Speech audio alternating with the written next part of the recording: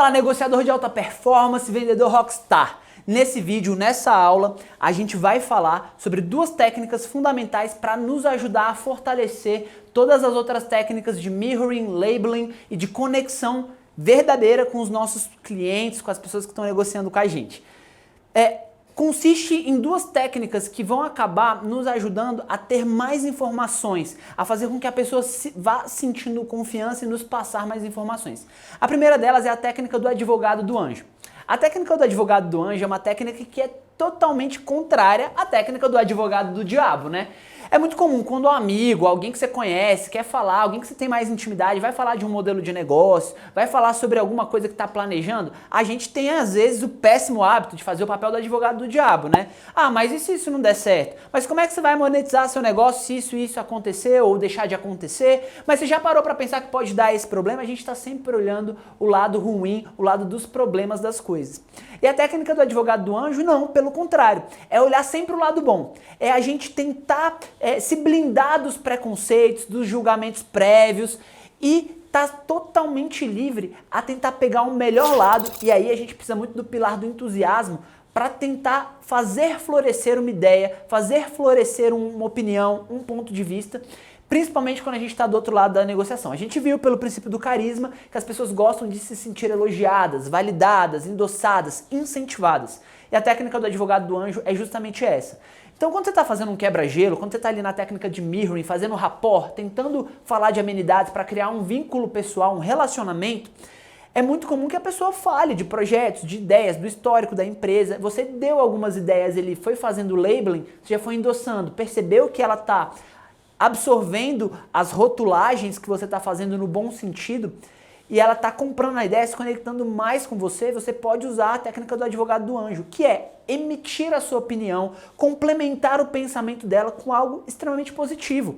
Então quando alguém fala, inclusive a gente está, como já aconteceu comigo, com um projeto de atuar, sair dessa vertente tradicional e ir para a vertente, por exemplo, de eventos e casamentos. Então a gente quer dinamizar, abrir um novo canal de vendas. Alguém me fala isso numa reunião, por que essa ideia seria ruim? Pelo contrário, eu já aciono a técnica do advogado do anjo e eu falo, cara, incrível. E olha que curiosidade, eu estava dando uma olhada, eu vi que o mercado de casamento, mesmo na crise, cara, está crescendo cerca de 12 a 15%, ou seja, está totalmente na contramão da crise. Eu tenho certeza que isso que você está tomando como iniciativa vai fazer muito sentido, eu acho que tem aderência de mercado. Parabéns pela iniciativa, eu acho que o caminho é esse mesmo. O que eu fiz aqui? Técnica do advogado do anjo. Eu peguei uma ideia, uma visão de mundo da pessoa que está negociando, eu endossei, eu levantei, eu validei, eu elogiei. Essa é a técnica do advogado do anjo. Mais uma vez, precisa ser genuína, precisa ser sincera, honesta, porque senão a gente cai em todos aqueles problemas que a gente já falou antes. Então usem e abusem da técnica do advogado do anjo. Para você perceber como essa técnica é muito válida, você já viu aqueles grupos de stand-up ou aqueles grupos de comédia que trabalham com improviso? Cara, a base do improviso num cenário de espetáculo, onde você não tem como validar, essa ideia dessa piada, eu não tenho muitas ideias para conseguir complementar, não funcionam, né? Você já vê tem vários grupos de comédia que trabalham com interação do próprio público. O público sugere pautas e temas na mesma hora e o comediante tem que fazer uma piada com aquilo. E como é que um grupo consegue improvisar em cima de um tema que eles não se prepararam antes? Eles só conseguem fazer isso se eles estiverem com a cabeça aberta, pensando, eu vou pegar o melhor lado dessa ideia e vou trabalhar. Então alguém começa a trabalhar com um tema, é natural que o outro não vai questionar, não, mas esse tema é ruim, esse tema é difícil. Não, ele já vai, ele pega carona, ele está ali validando o tema ou ele está fazendo um levantamento para que a piada do outro se sobressaia. Isso é o quê? Técnica do advogado do anjo. Isso é fundamental, mas para isso a gente tem que quebrar as barreiras e os preconceitos. Outra técnica que é muito válida é a técnica do inimigo em comum. Essa técnica se baseia em preceitos históricos, inclusive, mostrando que o inimigo do meu inimigo é meu amigo. Então, vou dar um exemplo clássico aqui, que num cenário aí histórico, Segunda Guerra Mundial. Não sei se você sabia, mas você sabe que você tem a divisão ali, né, de dois polos na Segunda Guerra. Os aliados, né, que venceram a guerra, graças a Deus, e o eixo, né, que são os países ali, né, você tem a Alemanha nazista, a Itália fascista e o Japão, que compactuava com essa aliança. E eles conflitaram contra Estados Unidos, França, Grã-Bretanha e União Soviética. Agora, o mais interessante é que antes da guerra, eclodir, a Alemanha e a União Soviética tinham um pacto de não agressão. Quando a Alemanha começou a invadir territórios, depois de invadir ali a Polônia, a Tchecoslováquia, Polônia e assim sucessivamente, ela começou a interferir nos interesses da União Soviética.